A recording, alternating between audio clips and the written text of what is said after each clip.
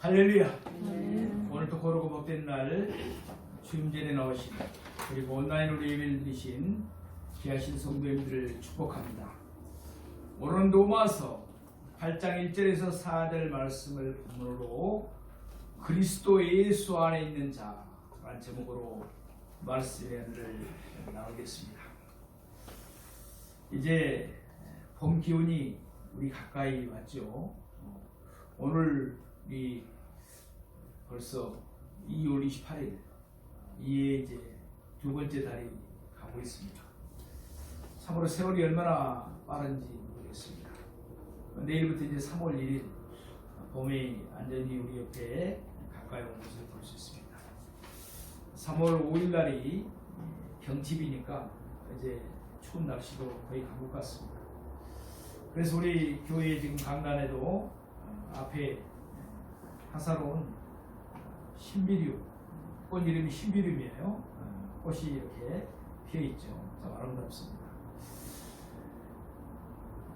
오늘 우리가 상고해 볼 로마서 8장은 그리스도 예수 안에 있는 우리를 향하신 하나님의 사랑이 얼마나 크며 또한 하나님이 그리스도 예수 안에 있는 우리에게 베푸시는 은혜와 축복이 얼마나 풍성한가를 말씀하고 있습니다. 로마서 8장은 너무도 소중하고 아름답습니다. 우리가 지금 코로나 바이러스로 인해서 영성치 축복성회를 배설하지 못하고 있지만 우울증 환자들이 우리 교회를 통해서 하나님 은혜로 치유받은 사람들이 많습니다. 우울증에 걸리다 보면은 기도하기도 어렵고 성경 말씀 보기도 어렵고 모든 삶의 의욕도 이렇게 없어져가지고 한마디로 말하면 맛이 없어지는 사람이 됩니다. 그때 치유책의 하나로 시편 말씀을 묵상하게 하고 또 로마서 8장 말씀을 묵상하게 합니다. 묵상만 하는 것이 아니라 큰 소리로 통독하게 합니다. 우울증에 걸려있을 때는 묵상하는 것보다는 의지적으로 통독하는 것이 좋습니다. 그때 이 로마서 8장 말씀이 바로 치유의 말씀이 되는 줄로 믿습니다. 참으로 귀한 말씀입니다. 성경 모든 말씀이 귀하지만 참으로 로마서 8장 말씀은 너무나 소중하고 귀합니다. 그래서 어떤 사람은 비유적으로 이런 말을 했습니다. 성경 전체를 반지에 비유한다면 로마서는 반지 가운데 박혀있는 보석과도 같다. 그리고 그 가운데 로마서 8장은 보석에서 빛나는 강치와도 같다. 그렇게 말했습니다. 그런데 그리스도 예수 안에 있는 우리를 향하신 하나님의 사랑과 은혜와 축복이 아무리 풍성하더라도 우리가 그 사실을 깨닫지 못하면 의미가 없습니다. 하나님의 말씀을 믿음으로 받아들일 때 우리는 그리스도 예수 안에서 더욱 풍성한 삶을 누릴 수 있게 되는 줄로 믿습니다. 우리 모두 마음의 문을 엽시다. 하나님 우리에게 베푸시는 사랑과 은혜와 축복을 믿음으로 받아들이기를 원합니다. 그리고는 날마다 그리스도 예수 안에서 기쁨과 감사함으로 살아가는 우리가 되기를 원합니다. 코로나 바이러스로 인해서 자칫 잘못하면 우리가 영성이 떨어지기 쉽습니다. 기쁨의 생활을 하기가 어렵습니다. 하나님께 감사하며 생활하기가 어렵습니다. 이럴 때일수록 우리가 더욱더 하나님의 예수님의 사랑과 은혜를 깨닫고 감사하면서 기쁨으로 살아갈 때 코로나 바이러스도 우리가 이기며 헤쳐나가게 될 줄로 믿습니다. 그럼 이제부터 오늘 본문을 세 페이지로 나누어서 자세히 상고해 보고자 하겠습니다. 첫 번째로 우리에게는 결코 정죄함이 없습니다. 오늘 본문 로마서 8장 1절 말씀을 다시 한번 보시겠습니다. 그러므로 이제 그리스도 예수 안에 있는 자에게는 결코 정죄함이 없나니. 아멘. 우리는 그리스도 예수 안에 있습니다.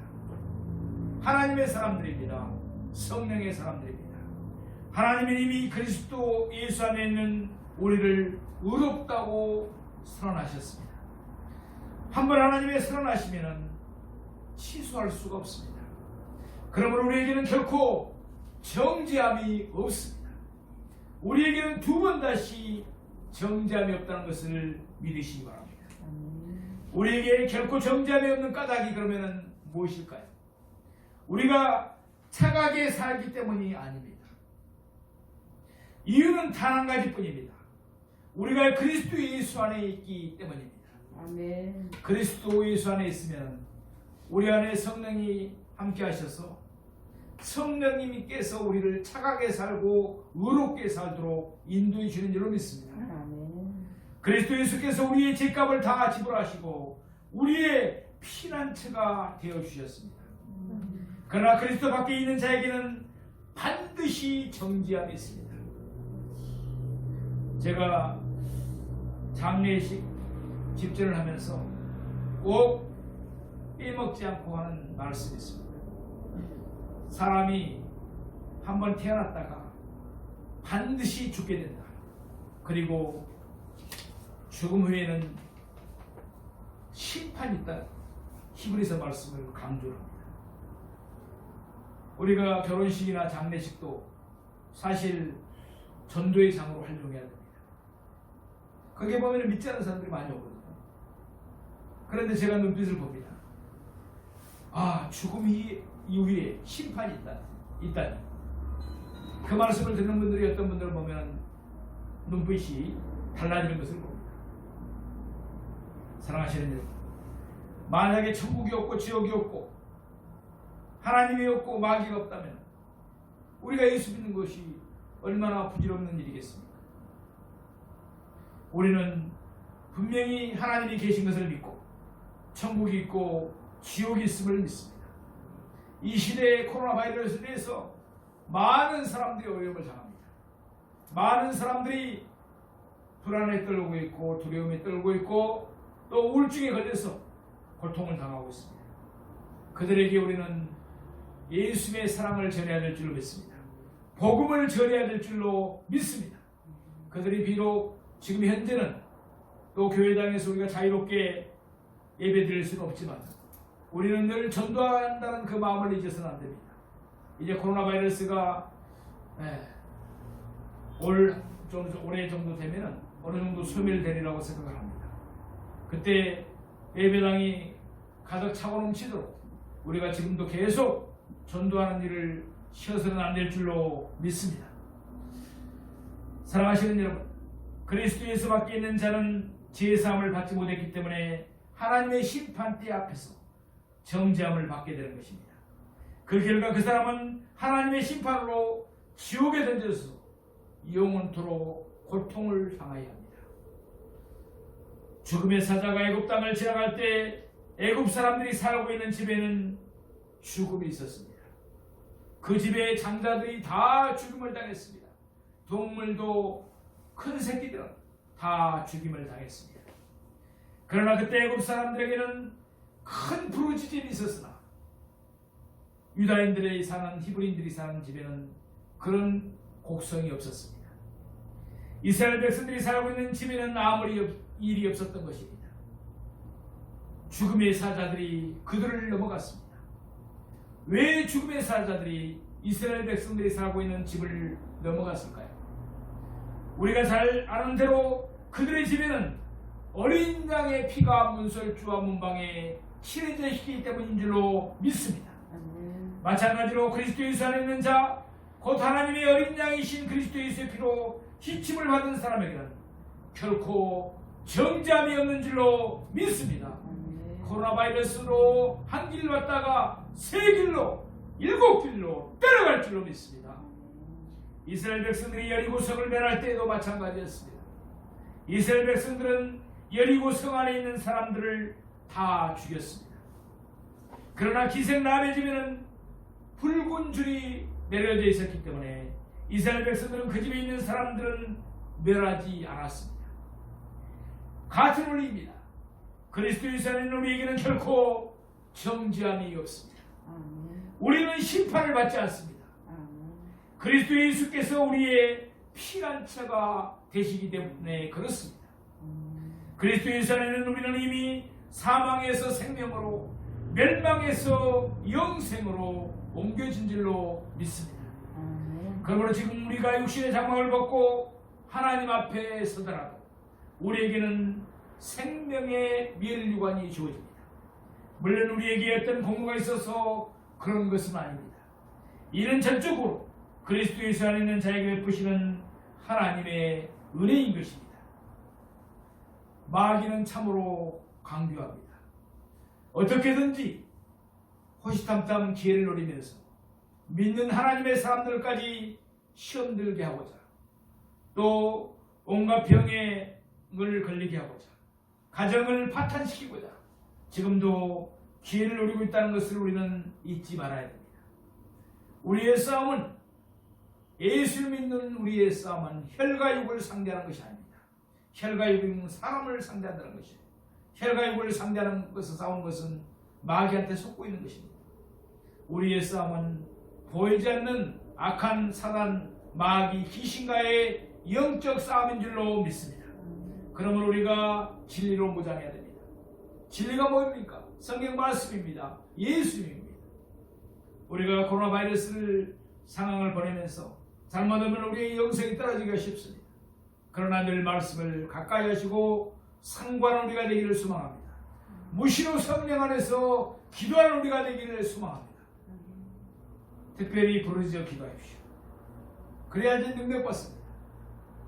그래서 이 코로나 바이러스 상황에서도 악한 원수 마귀의 계기를 잘 이겨내고 영적 전쟁에 승리하는 우리 모두가 되기를 주님의 이름으로 축복합니다.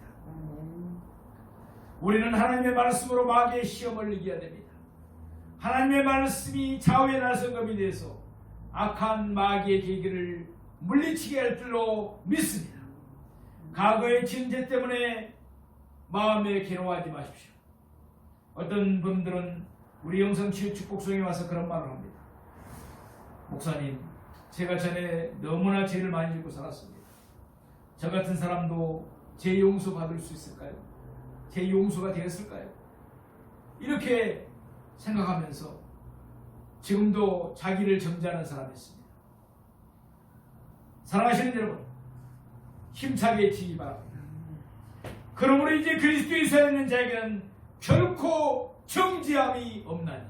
아멘. 우리가 진심으로 우리의 죄악을 회개하면 하나님은 동이새에서 먼 것처럼 깊은 바다에 우리의 죄악들을 다 묻어보시고 다시는 기억지 않으십니다. 아멘. 하나님의 살아있고 관력 있는 말씀에 약한 마귀는 썩 물려갈지다. 이렇게 기도하면서 승리하는 우리가 되기를 소망합니다. 사랑하시는 성도 여러분, 과거의 죄 영매와 정죄감에 빠져 괴로워하지 않는 우리가 되기를 소망합니다. 그것은 하나님이 원하시는 바가 아니고 마귀가 원하는 것입니다. 하나님 주신 날들을 하루하루 그리스도의 예수 안에서 기쁘고 즐겁게 또한 감사하며 거룩하게 살아가는 우리가 되기를 소망합니다. 우리가 지금 사순절을 보내고 있습니다. 이 사순절 기간을 보내면서 특별히 더욱더 말씀과 기도를 일상하면서 승리하여 나가는 우리가 되기를 소망합니다. 두 번째로 우리는 죄와 사망의 법에서 해방되었습니다. 오늘 로마서 8장 2절을 보시겠습니다. 이는 그리스도 예수 안에 있는 생명의 성령의 법이 죄와 사망의 법에서 너를 해방하였습니다. 아멘. 여기에 두 가지의 법이 서로 대조를 이루고 있습니다. 생명의 성령의 법과 죄와 사망의 법입니다. 또 로마서 6장 14절 말씀에서는 은혜와 법이 서로 대조를 이루고 있습니다. 로마서 7장 6절 말씀에서는 영의 새로운 것과 율법 조문의 묵은 것이 대조를 이루고 있습니다. 이들 셋은 똑같은 내용의 말씀입니다. 어느 표현만 들릴 뿐이지. 과거에 우리가 그리스도 예수 밖에 있을 때는 법 아래에 있었습니다. 법 아래에 있었어요. 그때 우리는 정죄함을 받을 수밖에 없는 처지였습니다. 아무리 발버둥을 치더라도 우리는 율법의 모든 조항을 100% 안전하게 지킬 수가 없기 때문에 그렇습니다. 율법 하나를 범하면 율법 전체를 범한 것이 되기 때문에 그렇습니다. 율법을 다 지킬 사람은 이 세상에 아무도 없습니다. 그러나 이제는 달라졌습니다.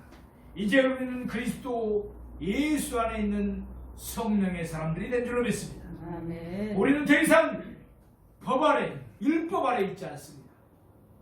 이제 우리는 은혜 아래 있습니다. 아멘. 우리는 율법에 따라 정죄함을 받지 않고 은혜에 따라 하나님 앞에서 의롭다 하심을 받았습니다.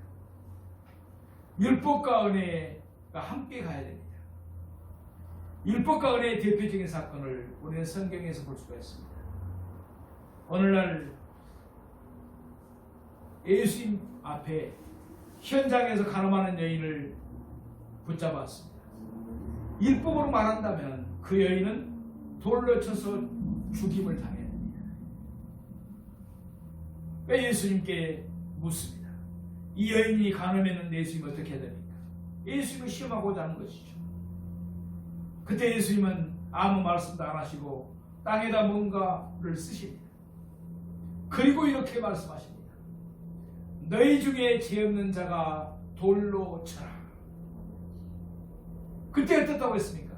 나이 많은 사람부터 나이 어린 사람들까지 다 가고 아무도 없었다고 했습니다. 아무로 나이가 많이 먹은 사람들일수록 더 많이 죄를 지었을 수가 있겠죠.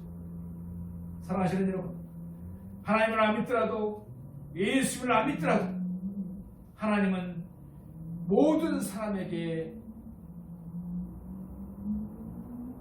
마음에 뭘 주셨습니까?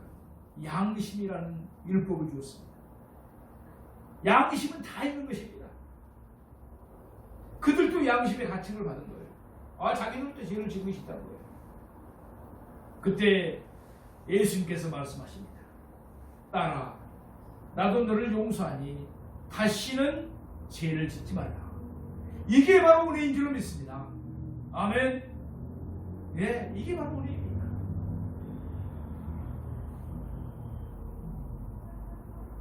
이제 우리는 죄와 사망의 법에서 해방되었습니다. 그러므로 우리는 과거처럼 죄와 사망의 법을 따라 살지 않고 이제는 생명의 성령의 법을 따라 살아야 합니다.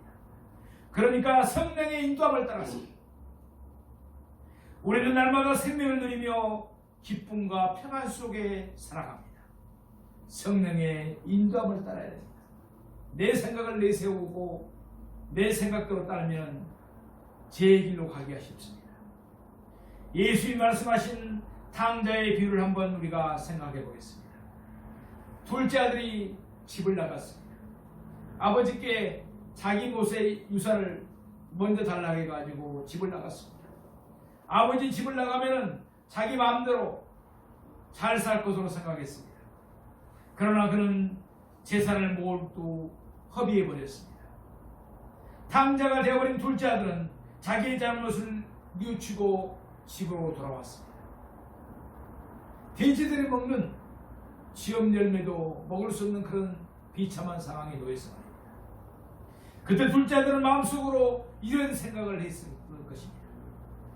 누가복음 15장 18절에 19절 말씀에 보면 그런 내용이 기록되어 있습니다.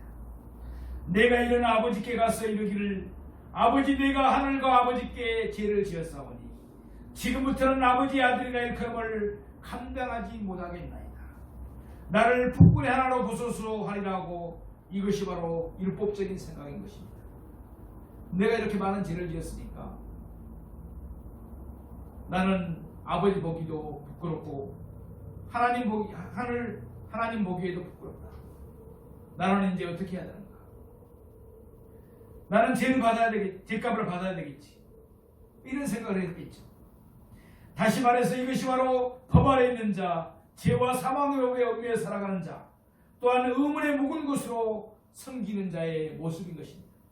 그런데 안타깝게도 교회를 오랫동안 다니고 또 직분이 장로님이시고 권사님이고 집사님인데도 이런 율법적인 신앙생활을 하시는 분들이 많습니다. 그러니까 예수 안에서 자유가 없습니다. 진리를 날지 진리가 너희를 자유케 하리라. 아멘. 우리는 율법적인 신앙생활을 해서는 안 됩니다. 물론 율법이 폐기됐다는 말씀은 아닙니다. 율법과 은혜가 같이 가야 될 줄로 믿습니다.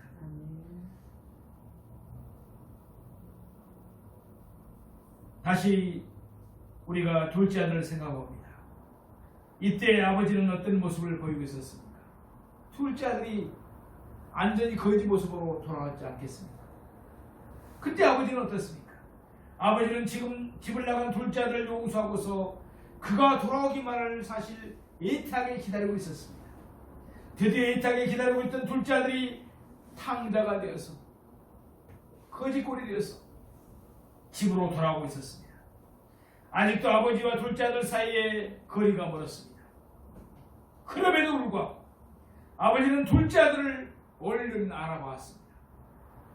아버지는 둘째 아들을 치근히 여겼던 것입니다. 아버지는 둘째 아들에게 달려가서 그의 목을 안고 입을 맞추었습니다. 또한 아버지는 둘째 아들에게 가장 좋은 옷으로 갈아입으셨습니다. 아버지는 둘째 아들의 손에 가락지를 끼우고 그의 발에 신을 씻겨주었습니다. 그리고는 둘째 아들을 위해서 살찐 송아지를 잡고 사람들을 불러서 잔치를 베풀었습니다. 이것이 바로 은혜인 줄로 믿습니다. 여기서 한번 곰곰이 생각해 보시기 바랍니다. 둘째 아들이 놓치고 집으로 돌아왔기 때문에 비로소 아버지가 그 아들을 용서한 것입니까? 그러나 그렇지 않습니다. 이미 아버지는 둘째 아들을 다 용서하고 그가 돌아오기만을 애타게 기다리고 있었습니다.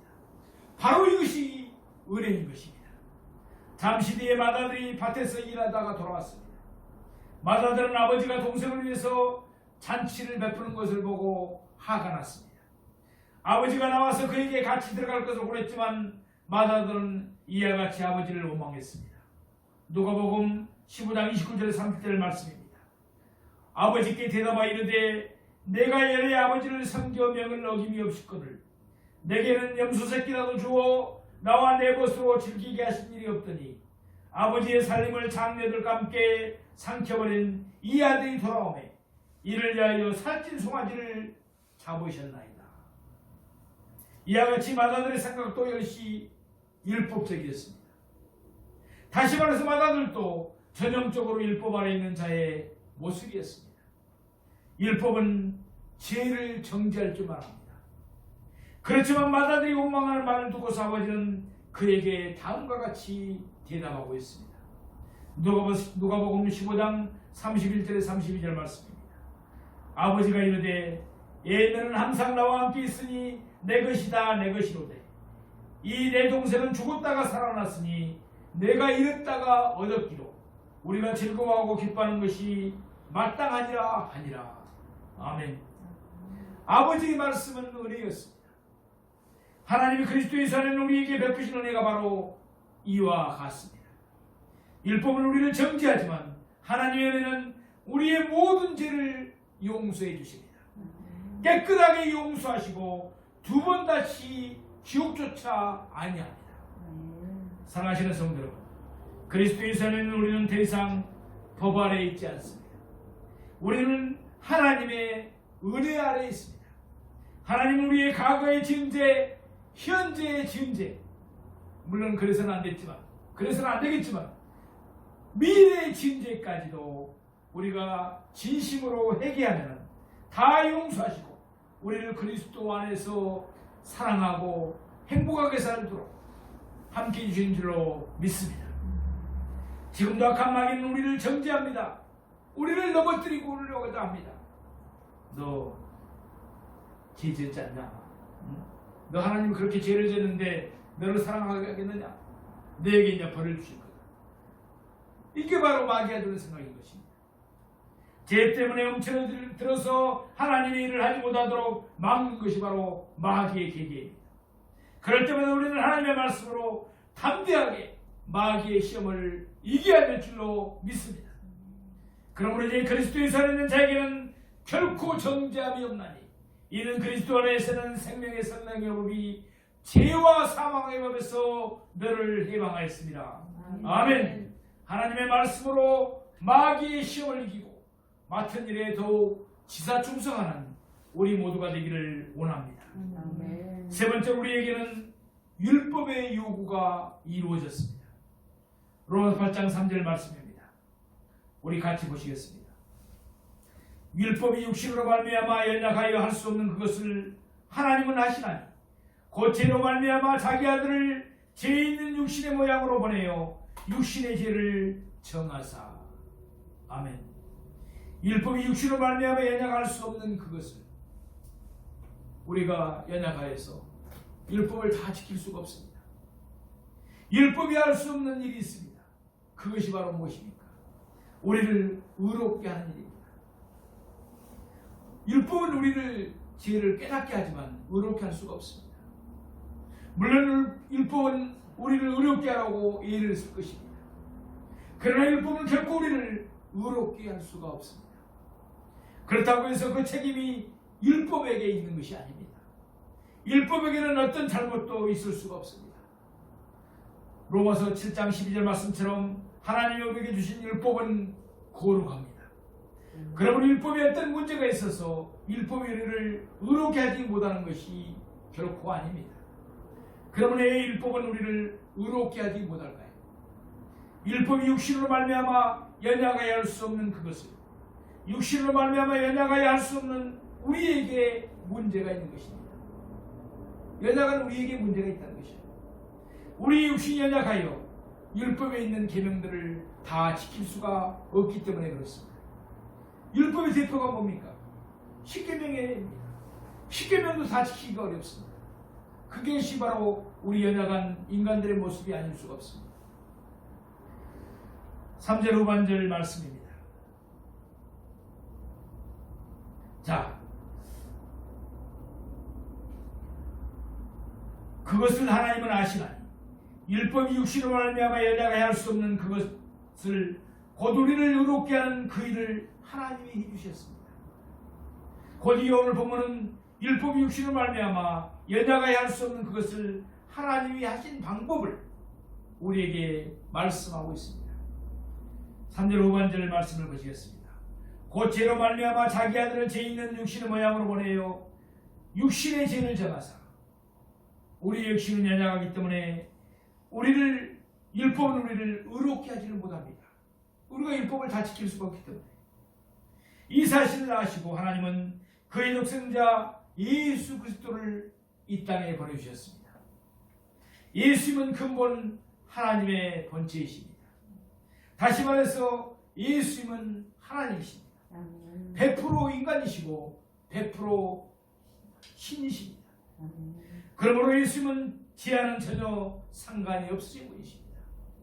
그러나 하나님은 예수님을 죄 있는 육신의 모양, 우리와 똑같은 사람으로 이 땅에 보내셨습니다. 그리고는 예수님의 육신의 죄를 정하셨습니다. 죄를 거기에다가 짊어지게 계셨다는 얘기죠. 말하자면 하나님은 죄인들은 우리의 모든 죄를 죄 없으신 그의 아들 예수 그리스도에게 전부 감당시키셨습니다. 그리고서 하나님은 죄인들인 우리를 대신하여 죄 없으신 예수님을 십자가에 못 박으셨습니다. 그렇게 하심으로 하나님은 우리를 의롭게 해주신 것입니다. 로마서 8장 4절 말씀입니다. 육신을 따르지 않고 그 영을 따라 행하는 우리에게 율법의 요구가 이루어지게 하려 하심이라. 아멘. 우리 율법의 요구가 이루어지게 하려 하심이니라. 하나님은 우리를 대신하여 그 아들 예수 그리스도를 십자가에 못 박아 죽이게 함으로 우리에게 율법의 요구가 이루어지게 하였습니다. 그러므로 예수님은 십자가에서 가상칠언에 뭐라고 말씀하셨습니까? 다 이루었다. 아멘. 율법의 요구를 다 이루셨다는 말씀입니다. 예수님은 우리를 대신하여 율법의 요구가 성취되게 하셨습니다. 그러므로 하나님은 그리스도 예수 안에 있는 우리를 의롭다 하신 것입니다. 이것을 신학적인 용어로 칭의라 합니다. 그러면 율법의 요구는 무엇입니까? 죄의 싹은 사망이요, 이것이 바로 율법의 요구, 곧 율법이 바라는 바입니다. 물론 율법은 하나님께 죄를 범한 저와 여러분의 사망을 요구했습니다. 그런데 하나님은 죄 범한 우리를 사망에게 내어주지 아니하고 우리를 대신하여 죄 없으신 독생자 예수 그리스도를 내어주신 것입니다. 그러니 율법이 얼마나 놀랬겠습니까? 율법만 놀랬겠습니까? 하늘의 천군천사들도 놀랐을 것입니다. 곧 세상 천지 만물이 하나님의 사랑에 경탄할 수밖에 없었을 것입니다. 이것이 바로 우리를 향하신 하나님의 크고 크신 사랑입니다. 그러니 그 크신 하나님의 사랑을 어찌 다 말로 형용할 수가 있겠습니까? 그러면 우리에게는 결코 정죄함이 없다고 해서 우리가 아무렇게나 살아도 괜찮습니까? 그건 아닙니다. 네, 초대교회에 그런 이단들이 있었습니다. 우리가 이제 정죄함이 없으니까, 의롭다 칭함을 받았으니까 우리 마음대로 살아야 된다, 이런 이단들이 있었습니다.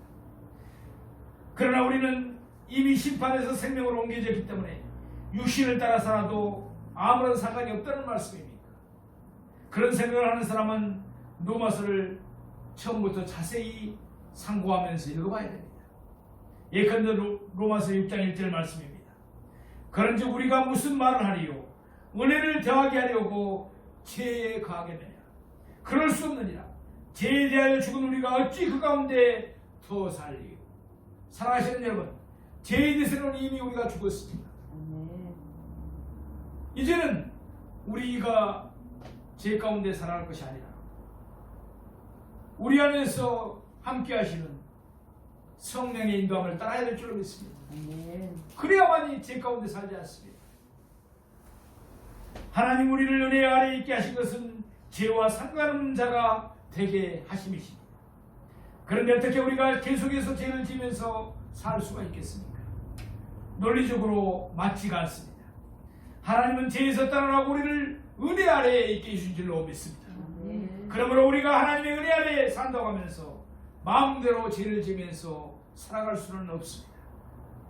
예컨대 탕자가 집을 떠날 때는 이런 생각을 했을 것입니다. 이제는 내 마음대로 살면서 육신의 향락을 즐겨하지. 그러나 그가 회개하고 돌아올 때의 마음가짐은 분명히 달라졌을 것입니다. 이제는 아버지의 말씀에 순종해서 내 뜻이 아닌 아버지의 뜻대로 살아야지. 아멘. 마찬가지로 우리가 과거에 그리스도 밖에 있을 때와 지금 그리스도 예수 안에 있을 때의 삶의 자세는 완전히 달라져야 합니다. 오늘 본문 4절 전반부 말씀처럼 우리는 육신을 따르지 않고 그 영 곧 성령님의 인도함을 받으면서 살아야 마땅할 줄로 믿습니다. 사랑하시는 성도 여러분, 그러므로 이제 그리스도 예수 안에 있는 자에게는 결코 정죄함이 없습니다. 그리스도 예수 안에 있는 생명의 성령의 법이 죄와 사망의 법에서 우리를 해방하셨기 때문입니다. 이 시간 모두 죄책감에서 벗어나로 예배드리는 모든 성도님들에게를 주님의 이름으로 축복합니다.